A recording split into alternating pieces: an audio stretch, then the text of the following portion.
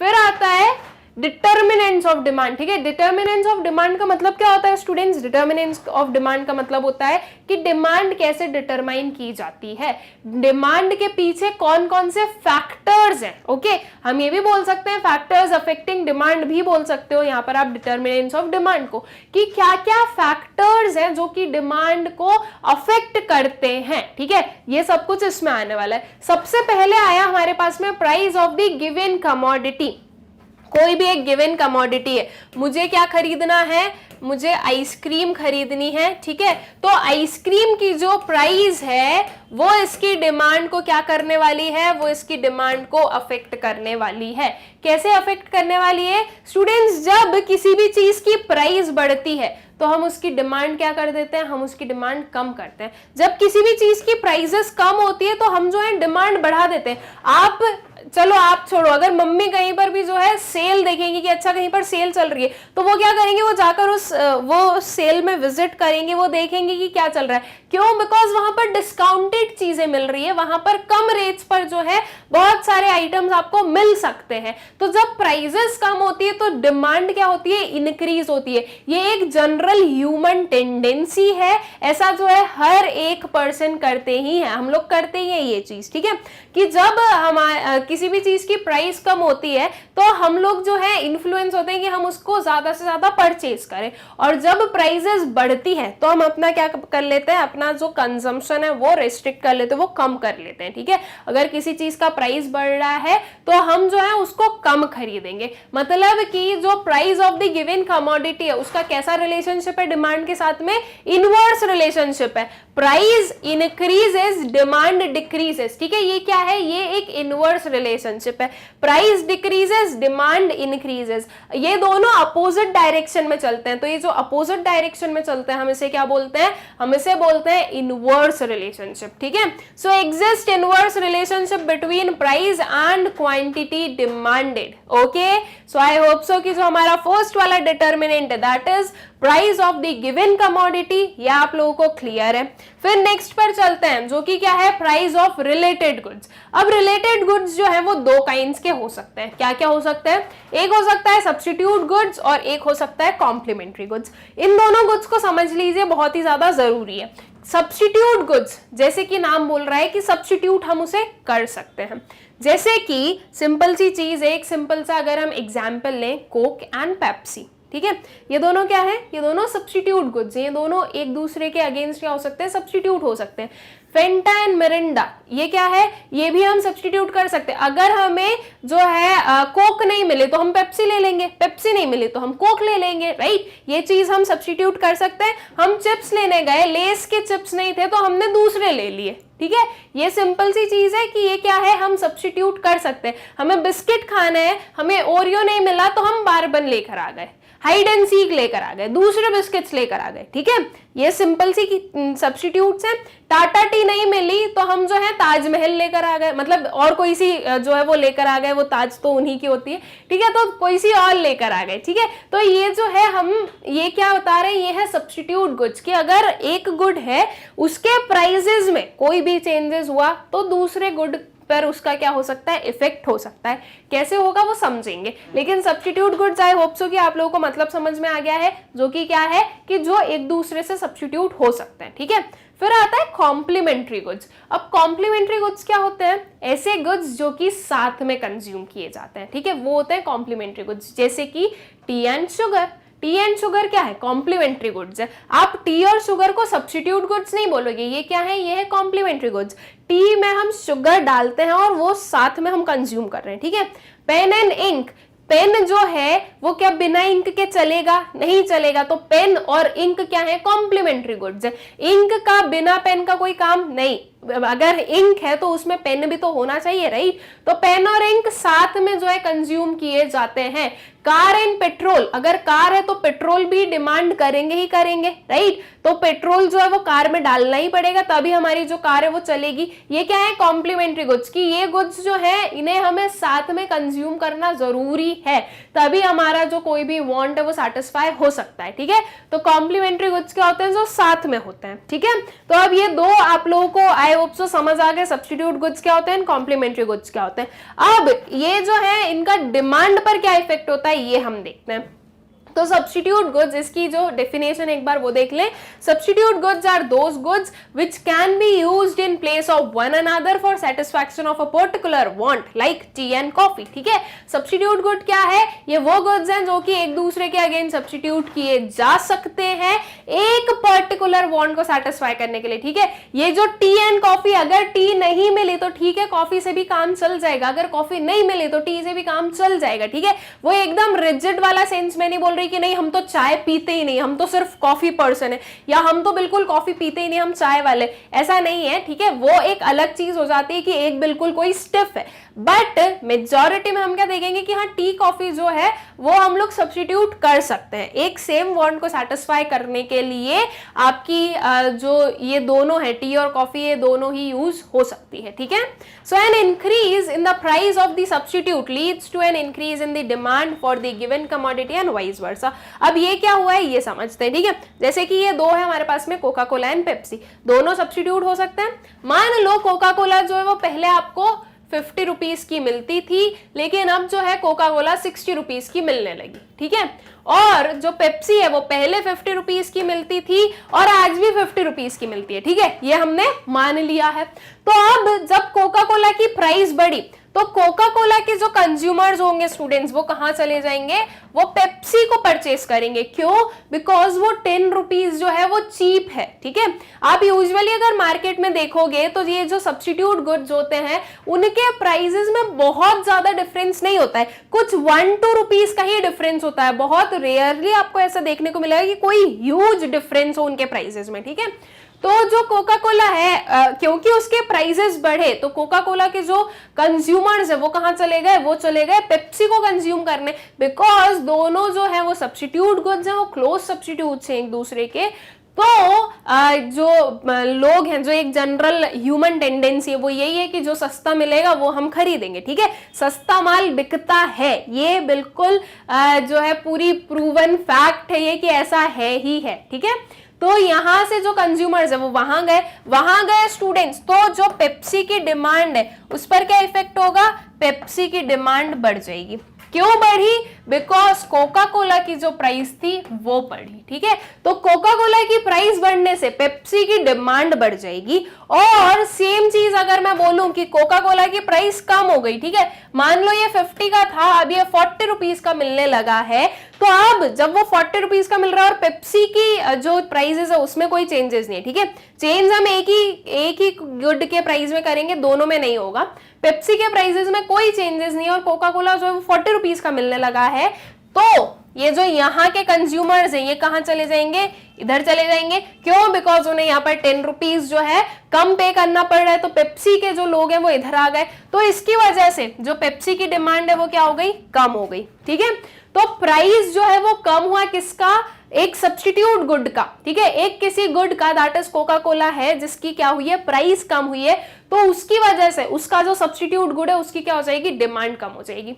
Okay, आई hope so कि substitute good में price और डिमांड का जो रिलेशनशिप है वो आप लोगों को क्लियर हो गया होगा। वही चीज यहाँ पर बोली गई, an increase in the price of substitute, इसके ये जो है increase in the price of substitute leads to the increase in the demand of the given commodity. ठीक है, मान लो पेप्सी हमारी गिवन कमोडिटी है, इसकी जो सब्स्टिट्यूट है कोका कोला, इसकी प्राइस बढ़ी, जब इसकी प्राइस 60 गई तो हमने देखा पेप्सी की जो डिमांड है वो बढ़ गई। ठीक है, और वाइस वर्सा केस भी हम लोगों ने देख लिया है। ठीक है, तो आई होप सो कि ये जो सब्स्टिट्यूट गुड्स का जो रिलेशनशिप है डिमांड में, ये चीज आप लोगों को क्लियर हो गई है। फिर हम देखें कॉम्प्लीमेंट्री गुड्स का। ठीक है, तो कॉम्प्लीमेंट्री गुड्स कैसे हो गए, जैसे कि टी शुगर या फिर ब्रेड बटर भी हम बोल सकते हैं। ठीक है, पहले एक बार इसकी डेफिनेशन पढ़ते हैं, फिर मैं बता देती हूँ कि कॉम्प्लीमेंट्री गुड्स में डिमांड कैसे फंक्शन करती है।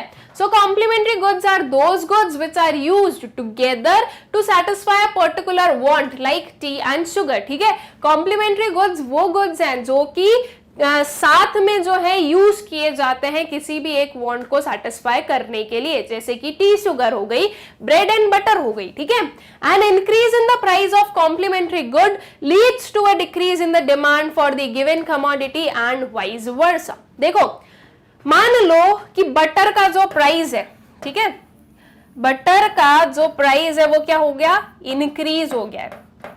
ठीक, बटर का प्राइस इंक्रीज हुआ तो स्टूडेंट्स हमें पता है कि जो बटर की डिमांड है वो क्या हो जाएगी, कम हो जाएगी। बिकॉज अभी अभी हम लोग पढ़कर आए हैं कि प्राइस और डिमांड का इनवर्स रिलेशनशिप होता है।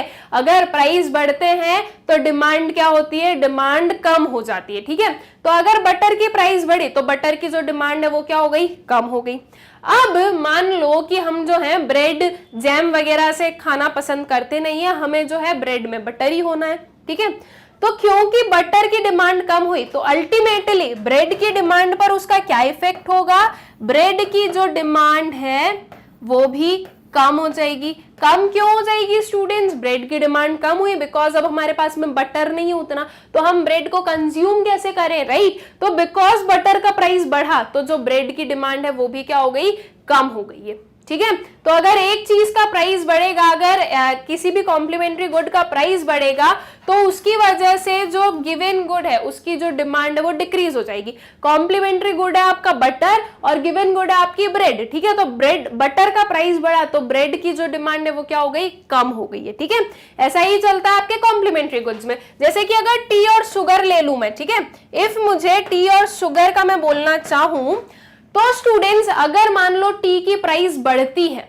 ठीक है, इफ टी की प्राइस बढ़ती है तो अब हमने टी को कम कंज्यूम करना स्टार्ट कर दिया है। टी को हम कम कंज्यूम कर रहे हैं तो अल्टीमेटली अब जो हमारी टी की डिमांड कम हुई है तो डिमांड जो है शुगर की वो भी कम हो जाएगी, बिकॉज अब हमें उतनी शुगर रिक्वायर्ड नहीं है, बिकॉज हम उतनी टी कंज्यूम नहीं कर रहे हैं। तो अल्टीमेटली क्या इफेक्ट होगा इसका कि टी की प्राइस बढ़ने से शुगर की जो डिमांड है वो भी क्या हो जाएगी, कम हो जाएगी। ठीक है, तो यहां पर क्या शो किया गया कि कॉम्प्लीमेंट्री गुड के प्राइस में बढ़ने से जो आपका गिवन गुड है उसकी जो डिमांड है वो कैसी हो जाएगी, वो कम हो जाएगी। ठीक है, so increase in the price of complementary good, decrease in the demand of given good and vice versa. ठीक है, अगर प्राइस कम हो जाए तो कॉम्प्लीमेंट्री गुड की जो डिमांड है वो भी बढ़ जाएगी। अगर मैं टी को ज्यादा कंज्यूम करने लगूं, टी की प्राइस कम हुई, टी जो है मैं ज्यादा कंज्यूम करने लगी हूं तो उसके लिए मुझे शुगर भी चाहिए होगी। ठीक है, तो टी की प्राइस कम होने से शुगर की डिमांड भी क्या हो गई, इंक्रीज हो गई है। ओके, तो आई होप सो कि आपको जो है कॉम्प्लीमेंट्री गुड का जो कंसेप्ट है ये भी क्लियर हो गया होगा और सब्स्टिट्यूट गुड का कंसेप्ट भी क्लियर हो गया होगा। ओके, फिर आता है इनकम ऑफ द कंज्यूमर। अब इनकम का क्या इफेक्ट है आपके डिमांड पर। ओके, देखो सिंपल सी चीज है स्टूडेंट्स, हम डिमांड कब करते हैं, हम डिमांड तब करेंगे जब हमारे पास में मनी होगा, क्योंकि डिमांड क्या बोलता है, विलिंगनेस एंड एबिलिटी। तो एबिलिटी क्या है, एबिलिटी वही है ना कि हमारे पास में मनी है नहीं है, राइट। तो आपका जो इनकम ऑफ द कंज्यूमर है उसका क्या इफेक्ट होगा डिमांड पर। नाउ स्टूडेंट्स दो काइंड ऑफ गुड्स होते हैं, कुछ होते हैं नॉर्मल गुड्स और कुछ होते हैं इन्फीरियर गुड्स। नॉर्मल गुड्स वो गुड्स होते हैं जिन पर इनकम का जो है डायरेक्ट इफेक्ट हो। ठीक है, मतलब कि अगर इनकम बढ़ रही है तो क्या होगा, डिमांड भी बढ़ेगी, और अगर इनकम कम हो रही है तो डिमांड भी क्या होगी, कम होगी। ऐसा जिस गुड्स के साथ में होता है वो होते हैं क्या, वो होते हैं आपके नॉर्मल गुड्स। एक और काइंड ऑफ गुड्स आते हैं जो कि कौन से होते हैं, इन्फीरियर गुड्स। अब इन्फीरियर गुड्स कैसे गुड्स होते हैं, जिनमें इनकम का इनवर्स इफेक्ट होता है। इफ अगर इनकम बढ़ती है तो इनकी डिमांड कम होती है, जैसे कि फॉर एग्जाम्पल टोन्ड मिल्क।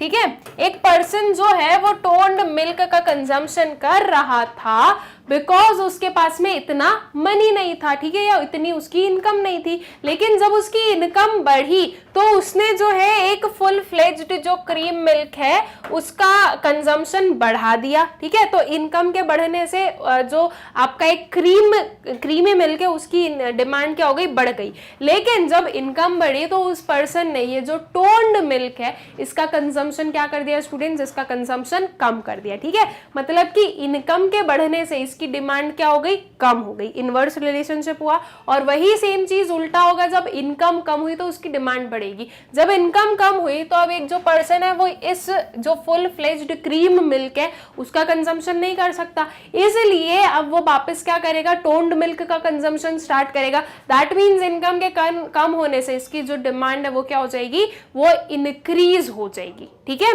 तो नॉर्मल गुड्स में इनकम का कैसा इफेक्ट होता है, एक डायरेक्ट इफेक्ट इफेक्ट होता है और इंफीरियर गुड्स में इनकम का इनवर्स इफेक्ट होता है, ठीक है। तो आई होप सो कि आप लोगों को जो है नॉर्मल गुड्स और इंफीरियर गुड्स का जो मतलब है वो अच्छे से क्लियर हो गया है, और नॉर्मल गुड्स और इंफीरियर गुड्स में इनकम का क्या इफेक्ट है ये चीज भी अच्छे से क्लियर हो गई है, ठीक है।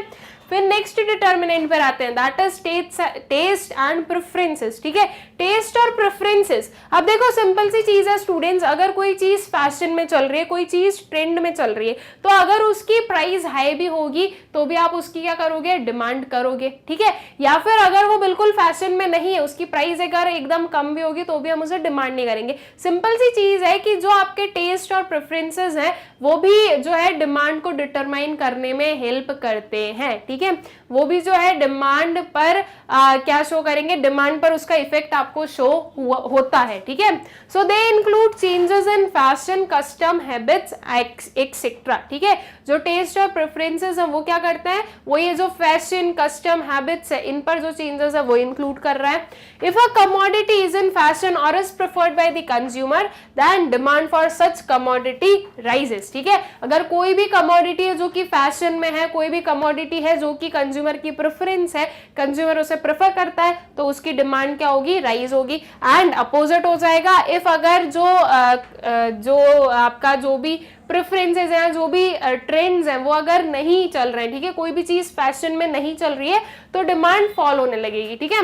Demand for a commodity falls if the consumer have no taste for that commodity, ठीक है। अगर एक कंज्यूमर वो चीजें प्रेफर ही नहीं कर रहा है, अगर कंज्यूमर जो है वो कोई चीजों को प्रेफर नहीं कर रहा है, वो अकॉर्डिंग टू फैशन नहीं चल रही, अकॉर्डिंग टू ट्रेंड नहीं चल रही, तो उसकी जो डिमांड है वो क्या हो जाएगी, रिड्यूस हो जाएगी, ठीक है। तो टेस्ट एंड प्रेफरेंसेस का भी डिमांड पर इफेक्ट होता है, ठीक है।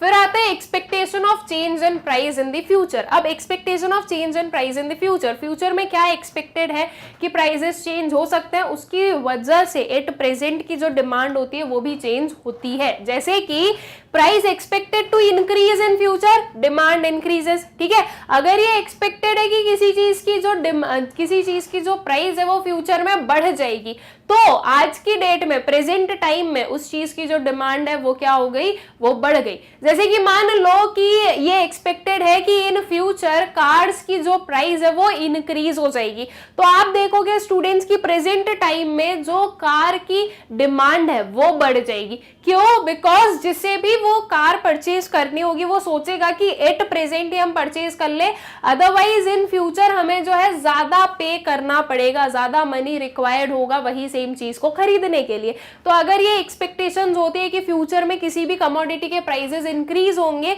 तो उसकी डिमांड, प्रेजेंट डिमांड जो होती है वो इंक्रीज हो जाती है। और वही सेम चीज जो अगर अपोजिट हम देखना चाहें कि अगर प्राइसेस एक्सपेक्टेड है कि फ्यूचर में डिक्रीज होंगे, ठीक है, अगर मुझे लग रहा है कि फ्यूचर में कोई भी एक कमोडिटी है जिसका प्राइस डिक्रीज होगा, तो उसकी जो डिमांड है मैं आज की डेट में डिक्रीज कर दूंगी। क्यों? मैं ये सोचूंगी कि जब फ्यूचर में उसका प्राइस कम होगा तब मैं उसे परचेज करूंगी, मैं अपना जो कंजम्पशन है वो डिले कर दूंगी, ठीक है। तो अगर ये एक्सपेक्टेड है कि फ्यूचर में डिक्रीज होगा प्राइस, तो आज की जो प्रेजेंट की डिमांड है वो क्या हो जाएगी, वो डिक्रीज हो जाएगी, ठीक है।